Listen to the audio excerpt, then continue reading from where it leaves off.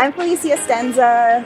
And I'm Joey Fillastre. And we're part of the Milagros Collective. For the ARLO Hotel, we're going to be doing a mural on this beautiful epic staircase on the exterior of the hotel. And we're excited to create an airy and inviting environment for people.